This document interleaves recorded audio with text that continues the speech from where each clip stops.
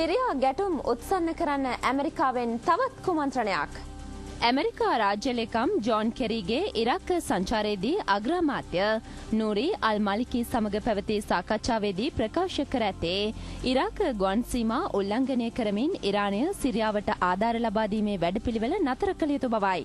ඉරානය සිරියාවට මානුෂීය ආධාර පමණක් සපයන බවට ඇමරිකාව විශ්වාස කළද යුදමය ආධාර සපයන බවද ජෝන් කෙරී වැඩිදුරටත් සඳහන් කර තිබේ. සිරියා කැරලිකරුවන්ට යුද පුහුණුව වැනි යුදමය දැනුම ලබා දීමේ ඇමරිකා වැඩපිළිවෙලට ඉරානය බාධාවක් බවට ඇමරිකාව විශ්වාස කරයි.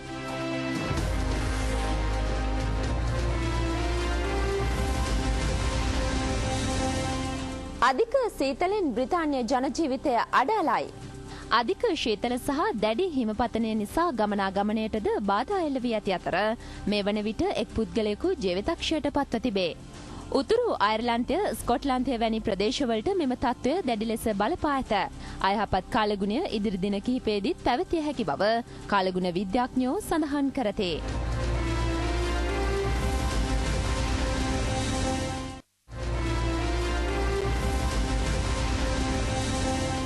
පාවෙන බැංකුවලින් තායිලන්තයේ කුඩා ව්‍යාපාරිකයින්ට පහසුකම් රැසක්.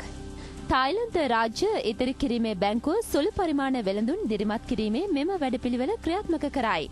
තායිලන්තයේ බොහෝමයක් වෙළඳපොළ පිහිටා තිබෙන්නේ ඇලමාර්ග සහ ගංගා පාදක කරගෙනයි.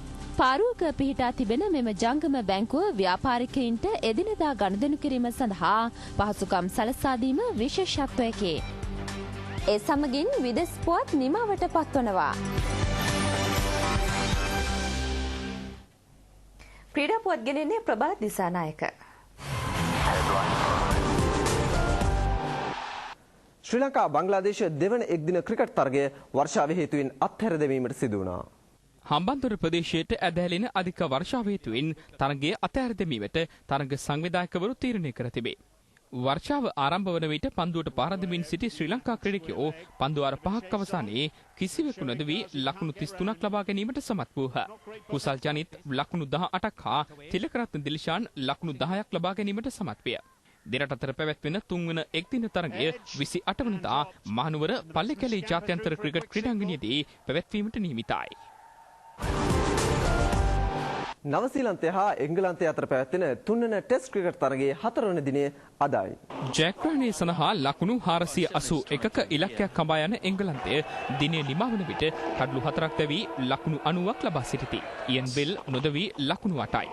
තරගයේ ප්‍රථමයෙන් පන්දුවට පාර දුන් නවසීලන්තය පළමු ඉනිමට ලකුණු 443ක් රැස් කළහ. ඊට පිළිතුරු ලෙස එංගලන්ත පළමු ඉනිමට රැස් කළේ ලකුණු 204ක් පමණි. නවසීලන්තය දෙවන ඉනිම සඳහා කඩලු 6ක් දැවී ලකුණු 241ක් ලබා ගැනීමට සමත් වූහ. ඒ සමගින් ක්‍රීඩා පුවත් නිමාවට පත් වෙනවා. හමු මෙහෙටත් කෙලින්මේ උණුසුම් පුවත් සමගින්. දවසේ කාලගුණ තොරතුරු ගයා ලක්රුවනගෙන්.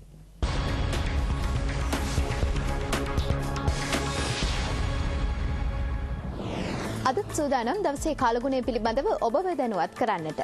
ඒ අනුව හෙට උදෑසන කාලයේදී දිවයිනේ නැගෙනහිර සහ දකුණු වෙරළබඩ ප්‍රදේශ ආශ්‍රිතව සුළු වශයෙන් වැසි ඇතිවිය හැකියි. අපරභාගයේදී හෝ සඳහා කාලයේදී දිවයිනේ අභ්‍යන්තර ප්‍රදේශවල ගිගුරුම් සහිත වැසි ඇතිවිය හැකියි. මුහුදු ප්‍රදේශ පිළිබඳව සැලකිලිමත් වීමේදී පොතුවිල් සිට හම්බන්තොට හරහා මාතර දක්වා වන මුහුදු ප්‍රදේශවල ගිගුරුම් සහිත වැසිත් සෙසු මුහුදු ප්‍රදේශයන් ආශ්‍රිතව සුළු වැසිත් ඇතිවිය හැකියි.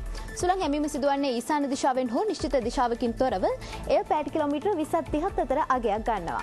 වැසි ඇතිවන අවස්ථාවලදී මෙම සුළං වේගය පැයට කිලෝමීටර් 50-60ක් දක්වා වර්ධනය විය හැකියි. එම අවස්ථාවලදී මෙම මුහුදු ප්‍රදේශ රළු වීමේ ස්වභාවයක් පෙන්눔 කරනවා. ගෙවිගේ පැය 24 තුළ උපරිම උෂ්ණත්වය වාර්තා වෙන්නේ වවුනියාවෙන් සෙල්සියස් අංශක 33.4ක් ලෙස. අවම සුපුරුදු පරිදි නුවරඑළියෙන් වාර්තා වෙනවා සෙල්සියස් අංශක 12.8ක් ලෙස. හෙට දිවයිනේ විවිධ ප්‍රදේශවල බලපෑත්විය හැකි කාලගුණය පිළිබඳ අනාවැකිය දැන්.